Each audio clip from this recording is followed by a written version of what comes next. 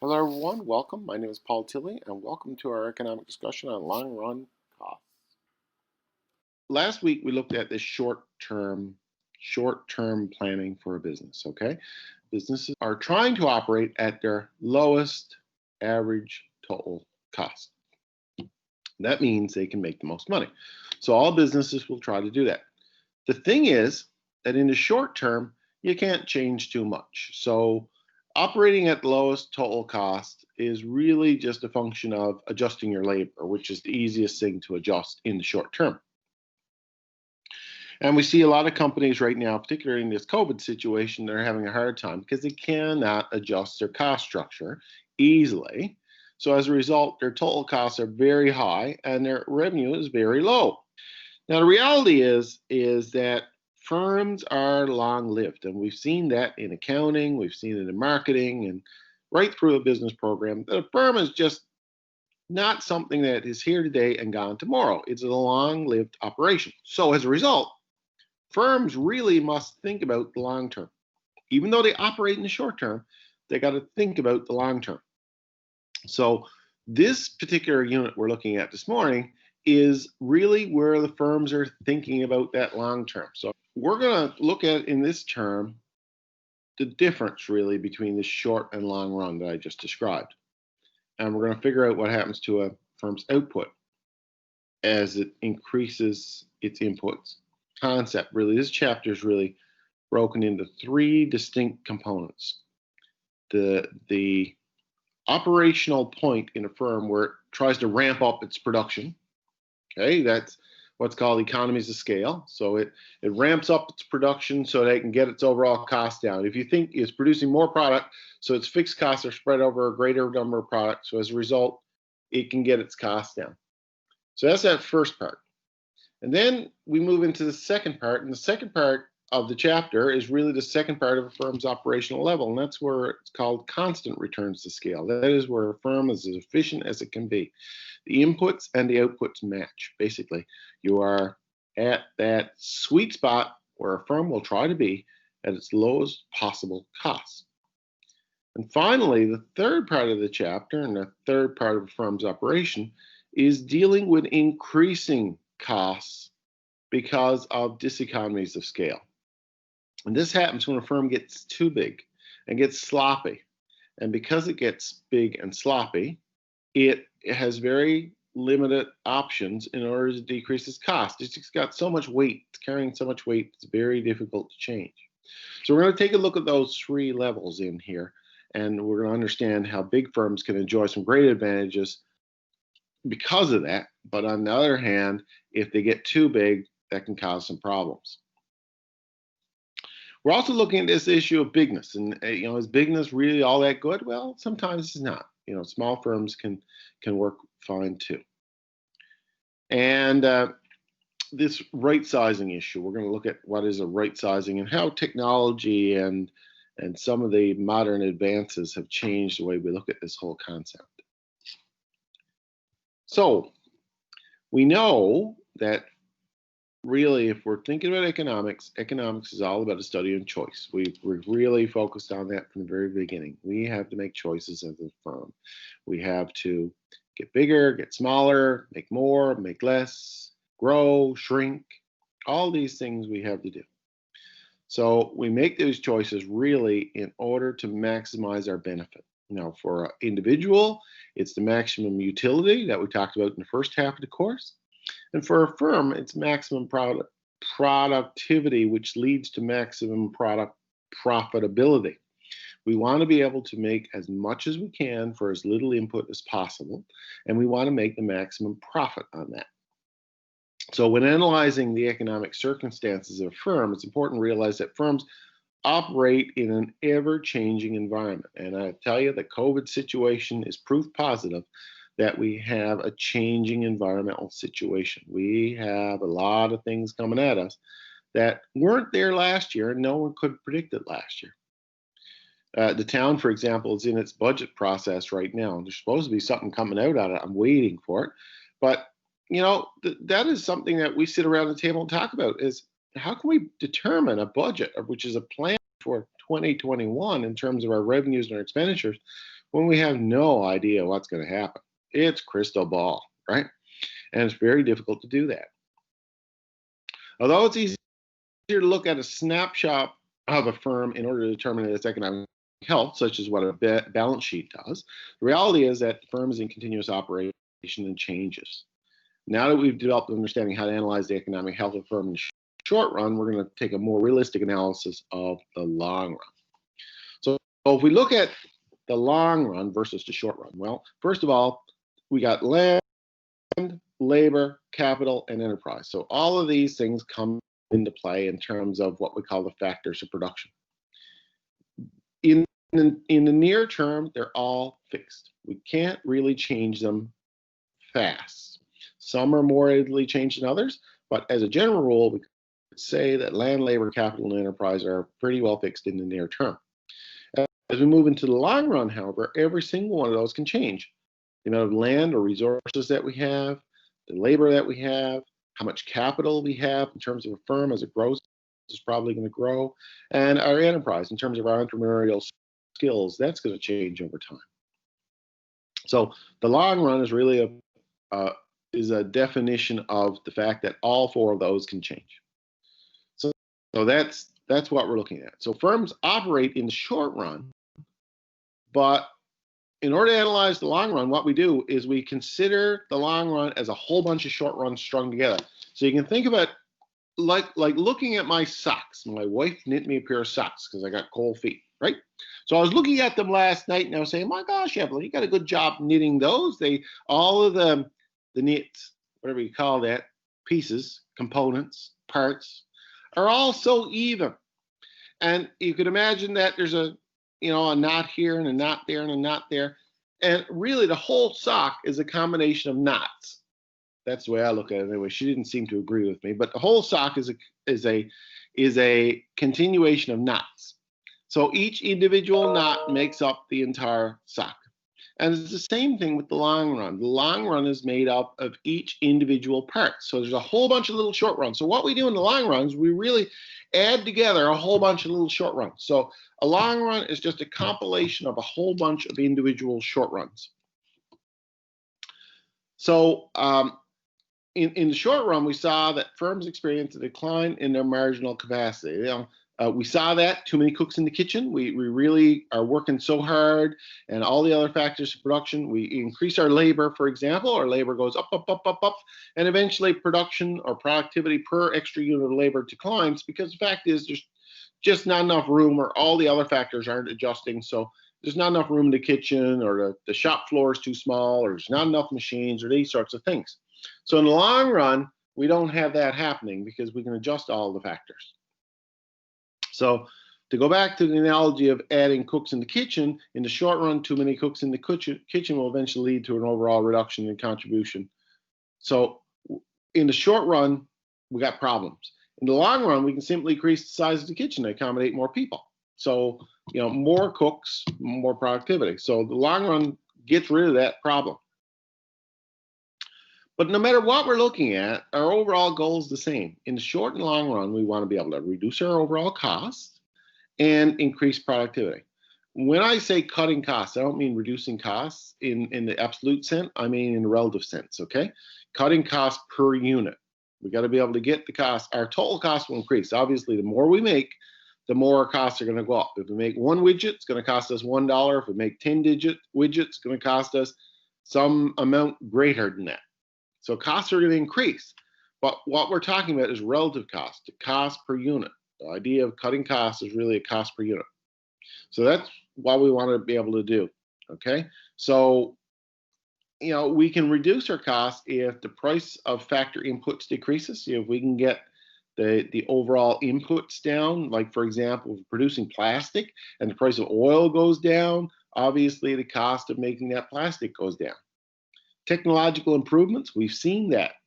I was reading an interesting story a weekend, on why, for example, Boeing has been able to make the super large, they got a brand new plane coming out. It's in testing now. It's called the 777X or the 779.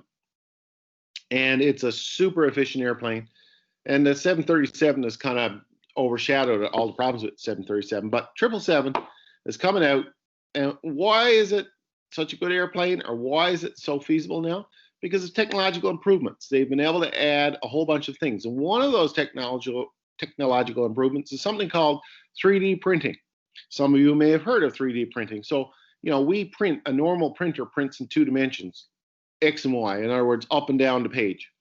But a 3D printer brings depth, so you can actually print something. So, for example, whatever you got in front of you on your desk, be it a pen or car, the computer, if you could build up enough, you could have the printer build up enough depth to it so they can actually build the product.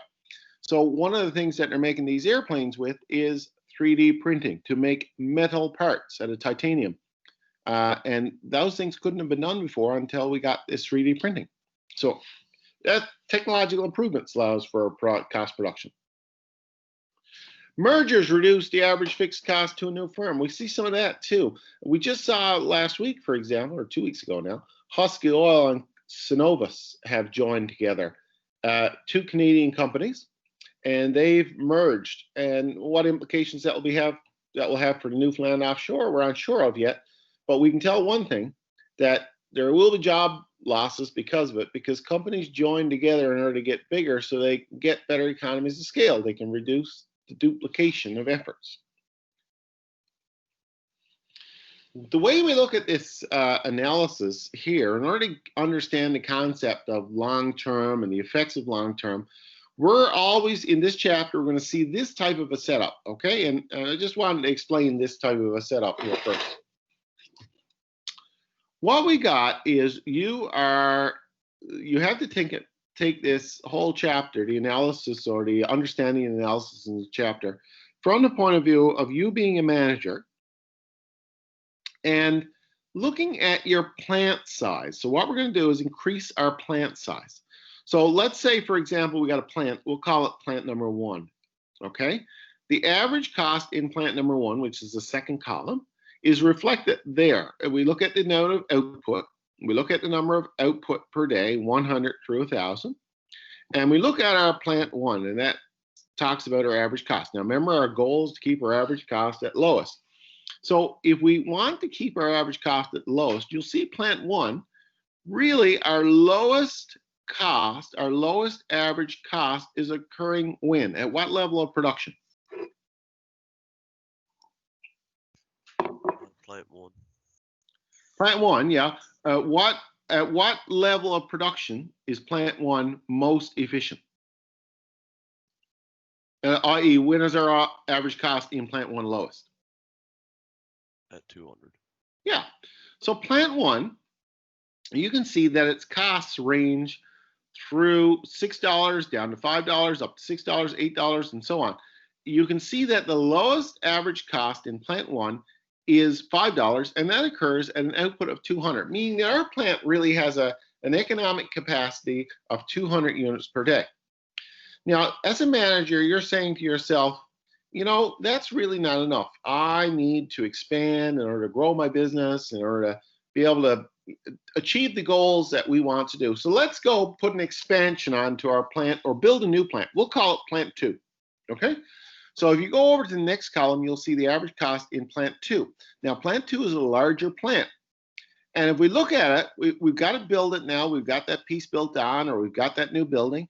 And we're going to ask ourselves, what is the lowest average cost in plant 2? And at what level of production is that?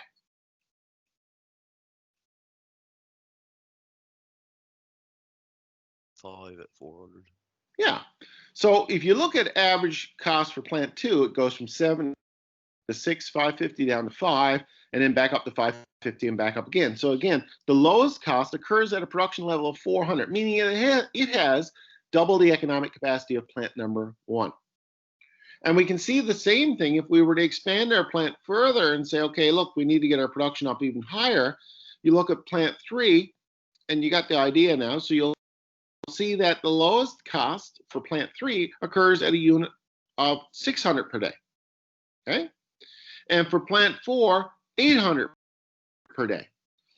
So effectively, the physical plant is bigger in each of these 4 plants. As the plant number increases, the plant size increases, and you can see that our costs our costs go down. So this is the type of analysis that we're going to do in this chapter, is to be able to take a look at the long run cost in terms of looking at plant size. As I said to you at the beginning here, we can think of a long run analysis as being made up by a whole bunch of short runs, okay? The little gray lines, the gray ones, let me get my little red, where's that tip? My little pointer. This gray line represents short run. We recognize the fact that when we drew the short run, what we saw is we had high costs, and as we increase our labor, our costs decline, cost per unit that is, decline, and then they go back up again. So we get this U-shaped graph in the short run. And here's another short run, and another short run, and another short run. Now you can, that's analogous to plant size. Let's assume this is plant 1, 2, 3, 4, 5, 6, 7, 20, you know. So effectively, we can see that the long run is a combination of all of these short runs. What the long run curve does is it follows the curve, the overall curve that's created by a bunch of short runs. And you'll notice that it follows the same pattern as short run. Last week, when we looked at the short run, we saw this U shape was the pattern of the graph, meaning that our costs went down, they bottomed out, and then they came back up again. Well, in the long run, exactly the same. The blue line represents the various short runs that occur, and we can see that it declines, it bottoms out, and it inclines. We call this first section economies of scale, meaning that as we get bigger in terms of our total output, the cube, as we get bigger, our overall costs go down. And if we go back to this here, we're seeing that. Look at how as we get bigger, we can get better economies of scale. So this is the sort of thing that happens. Now, when we get really good, our economies of scale will increase, but at a declining rate to the point where they become level, meaning we get what's called constant returns to scale, or the amount of input equals the amount of output. As we get too big, however, our firms enter into a period called diseconomies of scale. And diseconomies of scale occur because we really are too big and it's very hard to manage. So we're going to take a look at each of these components now: economies, constant, and diseconomies. First of all, what I'm looking at now is really this section right here, okay? So just in this section right here. If we were to draw our long run average cost curve, we'll do it based on plant 1 and plant 2. And here are, if we took that data that we put here, okay, and we plotted it, this is what it would look like. So we can see that plant 1 to plant 2, we've got this overall declining cost structure. So plant 1 has the lowest cost, or plant 1 has its lowest cost at an output of 1,000 and a cost of 40. Plant 2, an output of 2,500 and a cost of 32. And we can plot the long run by just tipping as we move along the tips of those. So AC1, plant 1, and AC2, plant 2, are both short run average cost curves. And we have identified the one point in each curve that represents the output levels used in our example. So connecting the 2 points gives a portion of the long run average cost curve. So we can see that our long run average cost will start to decline. Why does this happen? What causes this to happen? Why are our costs going down? Well, there's a number of reasons. And the reasons can really be divided into 2 major explanation types, okay? The first of all is something called technical economies of scale. And the second reasons tend to be money-related or pecuniary economies of scale, okay? So as a firm gets bigger, it can benefit from various cost reductions that occur due to size. The situation in which a firm's growing output increases by a greater percentage than its inputs is known as increasing returns to scale. Why is this so? Two major factors contribute: technical economies of scale and pecuniary. We're going to take a look at what's inside of these now in terms of rationalizing what happens with technical economies of scale. So technical economies of scale results from a number of key technical things or human engineered things. The first one, we've seen that last week, is this concept of the division of labor. So technical economies include advantages achieved through specialization and division of labor. This is exemplified by the assembly line of operations. We saw the Ford assembly line or the Model T assembly line there last week. A product such as car rolls down the assembly line, allowing a specific person on the line to complete a specific task, such as mounting the engine, installing the tires, installing the windshield. Seeing that the task is specific and repeated, the worker can benefit and become very proficient at performing it in a less time at less cost. In other words, that worker becomes an expert at doing that job because that person does that job so often.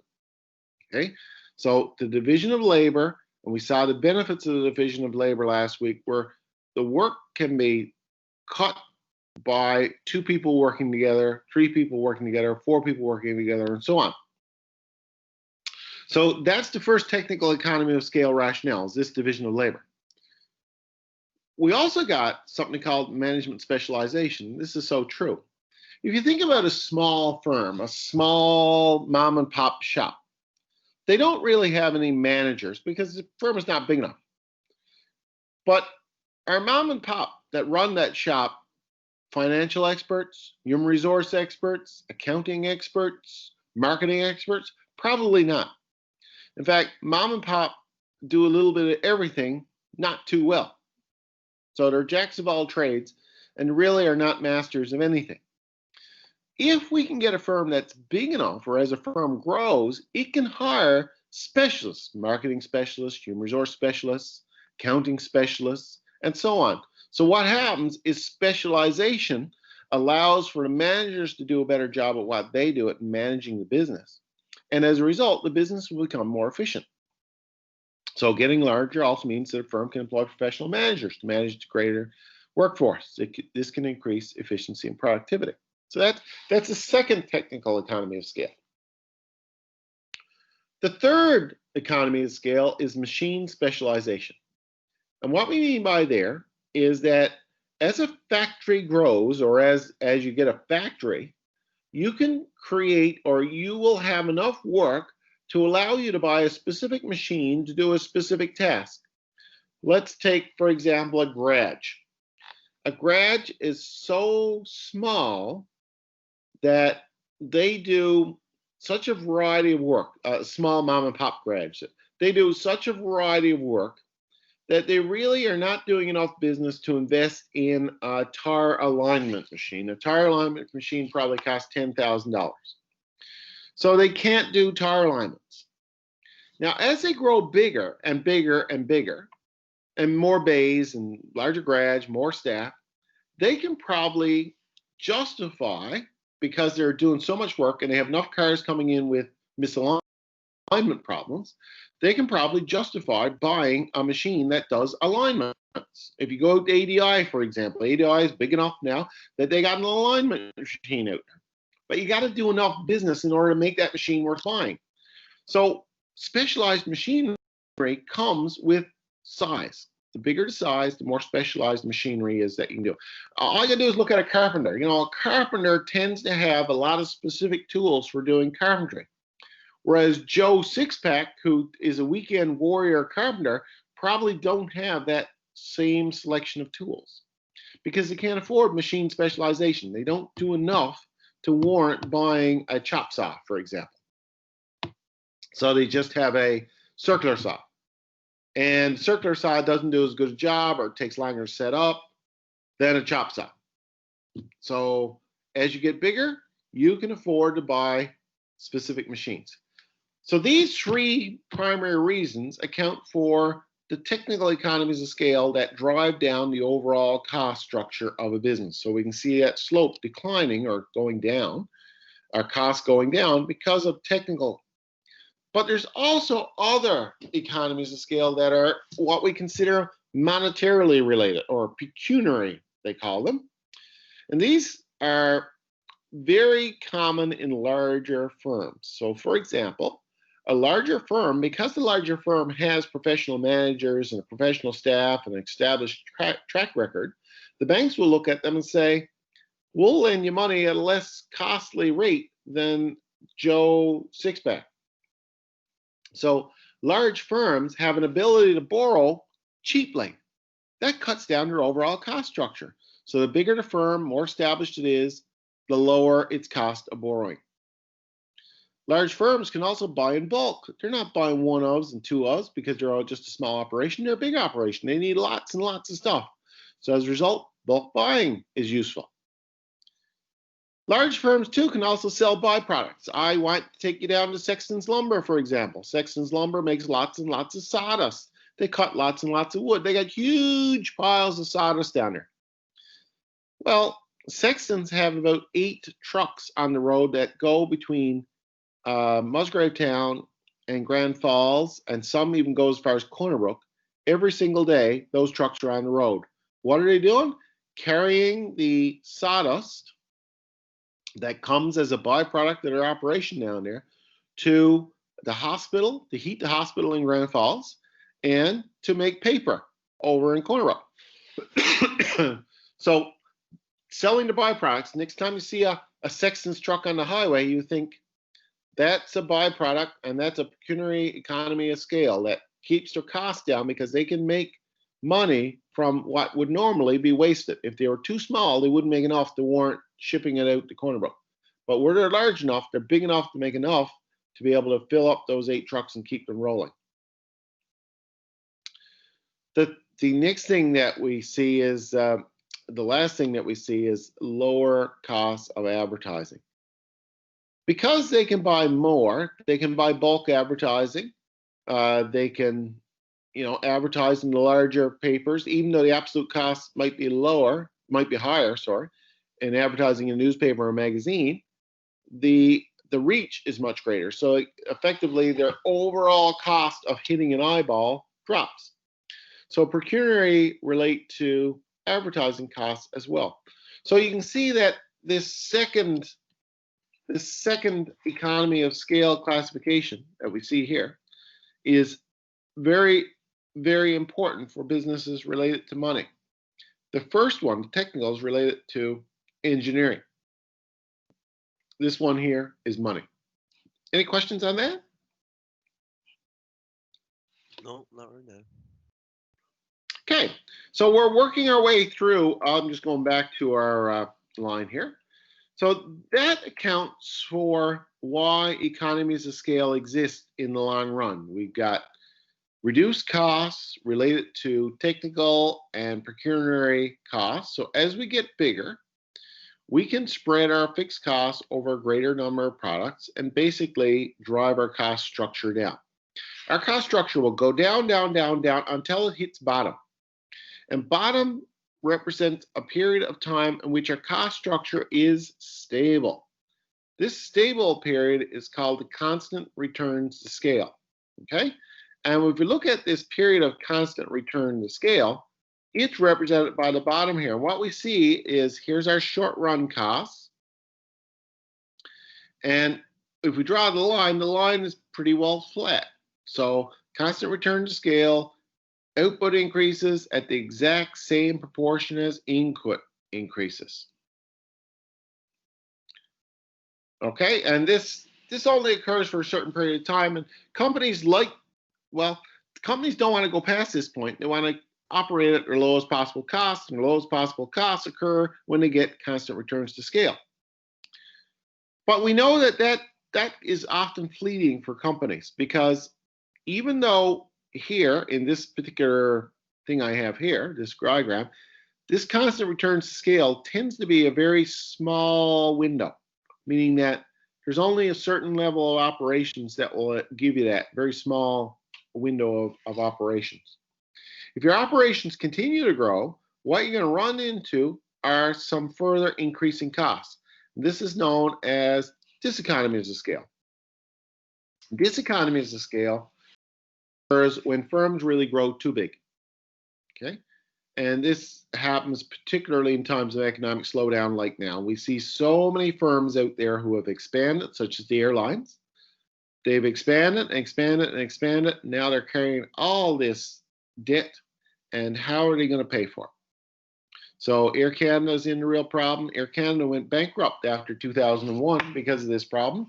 Will they go bankrupt again now? We don't know. It's not, the picture right now is not clear enough. We don't know how long this is going to last. But we can look back at 2001 after the tax, and we know that so many airlines went bankrupt because people didn't fly after that. Well, so diseconomies of scale really occur when the firm is just becomes top heavy. And it gets so top heavy that its cost structure starts to go up. Now, what can we